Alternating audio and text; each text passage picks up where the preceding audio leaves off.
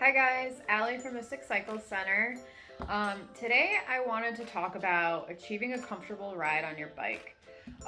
This is something that I think is a very important conversation. I find a lot of times, and even I've been there myself, where I just assumed that riding a bike had to be uncomfortable in certain aspects, which is not the case. I've learned a lot since feeling that way. So I feel like this is an important conversation for us to have and an important topic for us to shed some insight on. Um, so as far as achieving a comfortable ride, there are three areas that you want to think about. You want to think about your hands, you want to think about um, your seat meaning like your sit bones, and also your feet. So hands, seat, feet. So as far as those three different categories are concerned, there are always things that we can do if you're expressing that you're having trouble in a certain area. A common thing that we have people come in for is that they're experiencing hand numbness or tingling while they're riding, and that can be fixed with small minor adjustments to your stem, your handlebar, and even your grips. Another thing that you could consider too are gloves. So when I think about somebody who comes in and they say, I'm experiencing numbness and tingling in my hands, it's just really not comfortable, it's what I'm constantly thinking about when I'm riding. Usually we can fix that with a minor adjustment to the positioning of your grips or your handlebar. Some people have an adjustable stem, which makes your reach either closer to you or further away from you. If your reach is further away from you, so if your reach is like this, your arms are going to be stretched out more, meaning there's going to be more pressure on your hands. Whereas if you tilt your adjustable stem closer to you, your arms face less pressure, which also relieves pressure on your hands as well. It puts you in a more upright position. You're not bent over like this. You're, again, more upright, sitting up straight.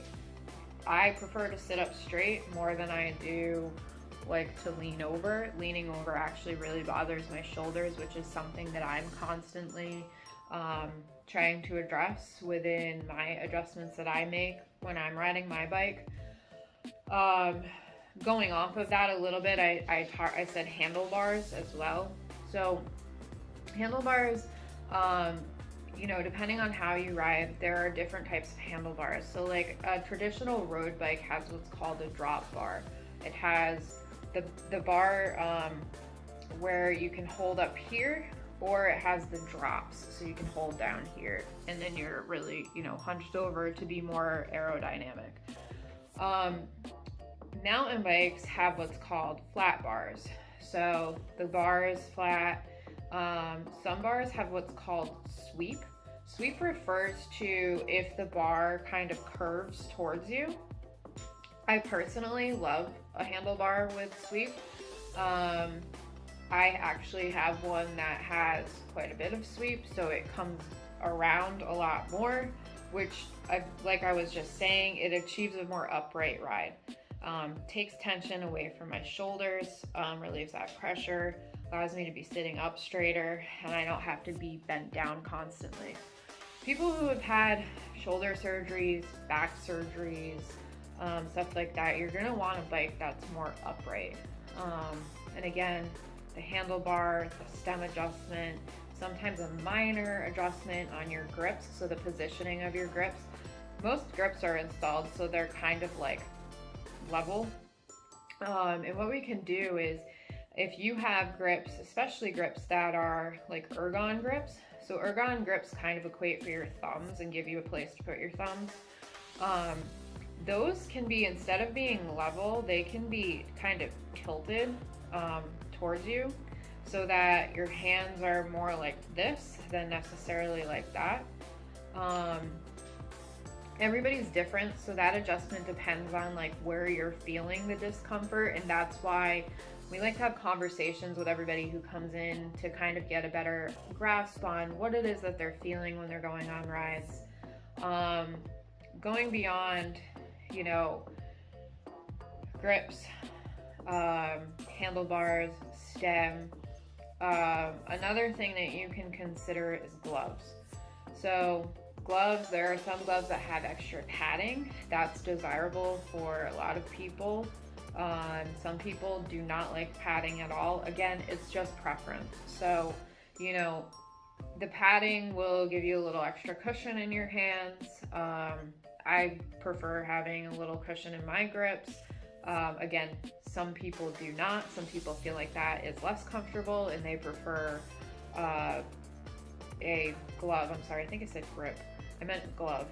Some prefer a glove without that extra cushion, and that cushion you'll find is in the palm area and then sometimes right here on this part of your hand. So the inside of like your knuckles. The other thing to consider, if you're riding a traditional road bike, you have a drop bar, and a drop bar gets covered in bar tape. Now, something you may or may not know is that bar tape comes in different thicknesses. So if you're looking to achieve a really light bike, you are probably going to save weight by getting a really thin bar tape. However, if that is not your goal is to be comfortable, you may decide that you want a thicker bar tape, because a thicker bar tape is going to give you more cushion. It'll also help to absorb more of the bumps and jolts and stuff like that you feel when you're on the road. And that's another way that you can achieve more comfort through your hands as a touch point. So moving beyond hands, the most common thing that we hear is how uncomfortable everybody's seats are. You know, being on the bike too long can cause people discomfort. Regardless of whether you're male or female, everybody has different pressure points down there, and it's something that we need to kind of normalize talking about, because you can't fully become comfortable on your bike unless you talk about where your pressure points are. There are certain brands that have made gender-specific saddles. Now, with that said, what I will tell you is this: there is like one of the saddles that we love is a specialized Mimic. The Mimic saddle is my go-to saddle. I absolutely love it.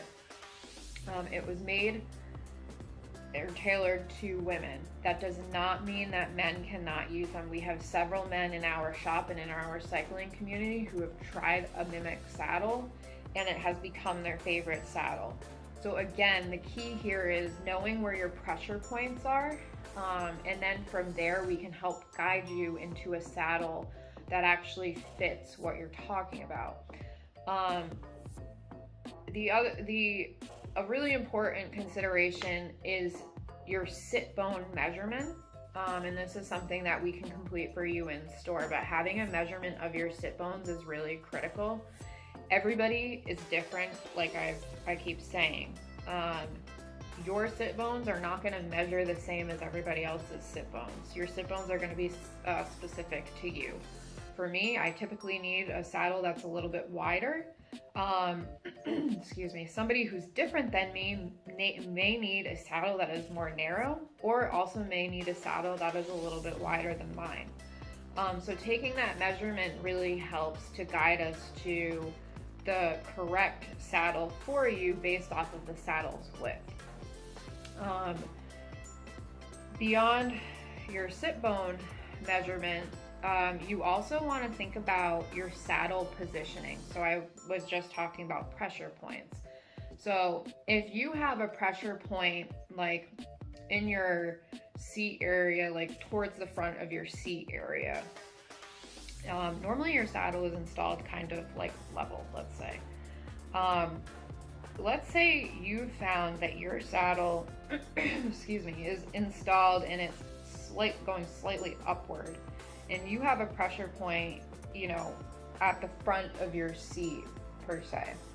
then for you, having a saddle that's installed with a slight incline is really going to bother your pressure point, because chances are you're actually going to lean forward, which is going to put more pressure on that area.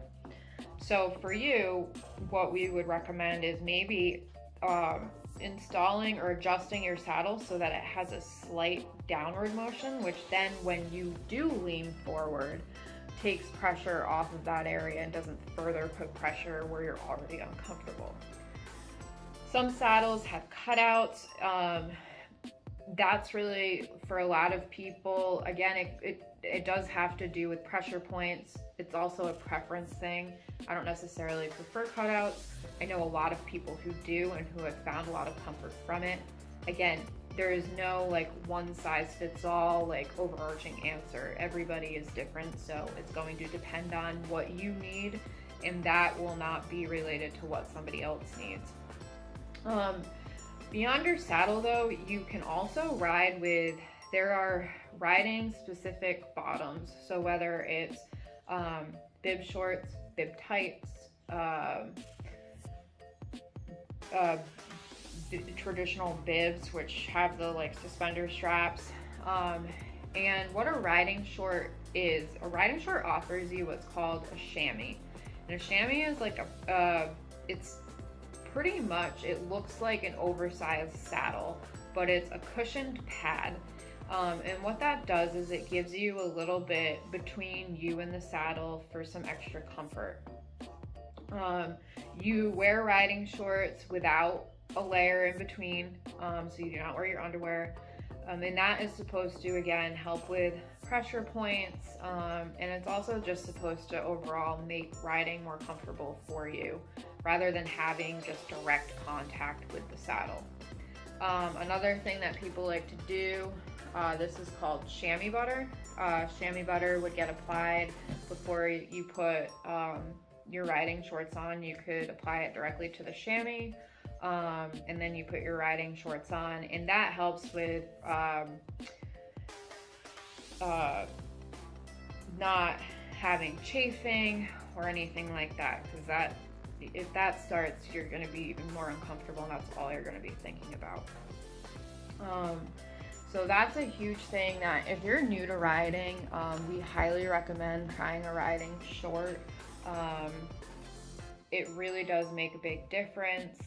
And, you know, again, you can try a new saddle as well, and we can make minor adjustments based off of your feedback. The best way to know where you're uncomfortable is to ride a few times, and then whatever is persisting or constant is kind of your feedback of, okay, this is where I'm having trouble, this is where I need adjustment. So moving from seat to feet, feet are another really common place that people experience issues. I will tell you a personal story. So for the longest time, really years, I have struggled with my feet going numb during a ride. And I've tried many different shoes, and you know, my feet would still go numb.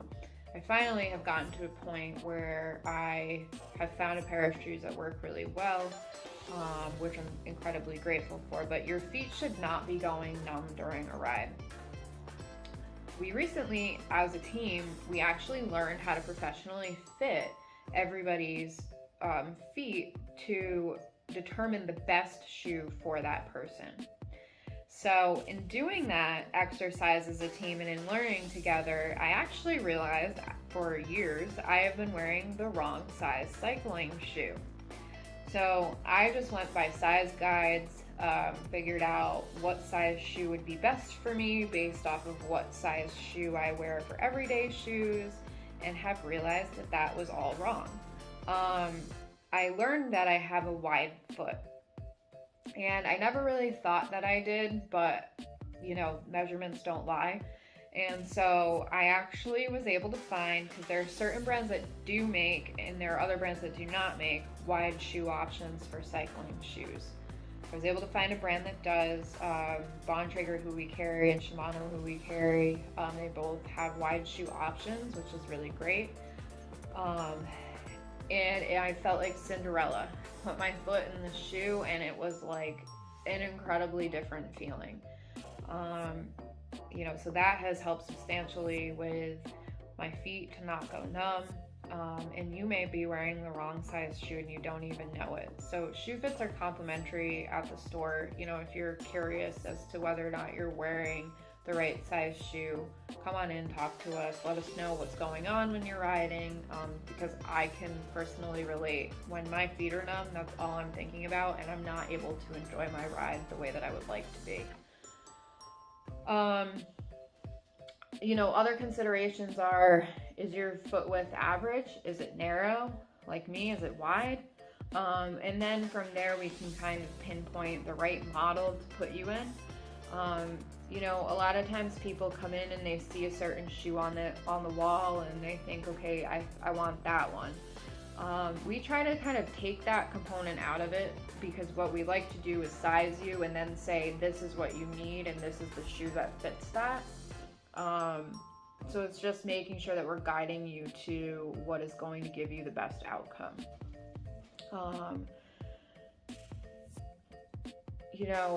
Other than that, if you have really, like I was talking about, there are minor adjustments that you can make that can make a big difference. If you have more complicated things going on and you really need somebody to watch you ride, dial your fit in as you go, that sort of thing, we have that service that we can provide you as well. But anytime that you're facing, some uncomfortableness that is just persisting ride after ride, we want you to come in, we want you to talk to us about it. We do have options for you so that is no longer a headache for you or a dreaded part of riding your bike. Sometimes it will take a couple adjustments before we get it just right, because again, you won't really know for sure until you ride, and sometimes it's spending a little bit of time on the bike. But the three biggest areas you want to focus on are your hands, your sit bones, and your feet. If you have any questions for us, leave them in the comments below. Like and share this video, follow us on this channel, follow us on Facebook and Instagram, and if we don't see you online, we'll see you at the shop.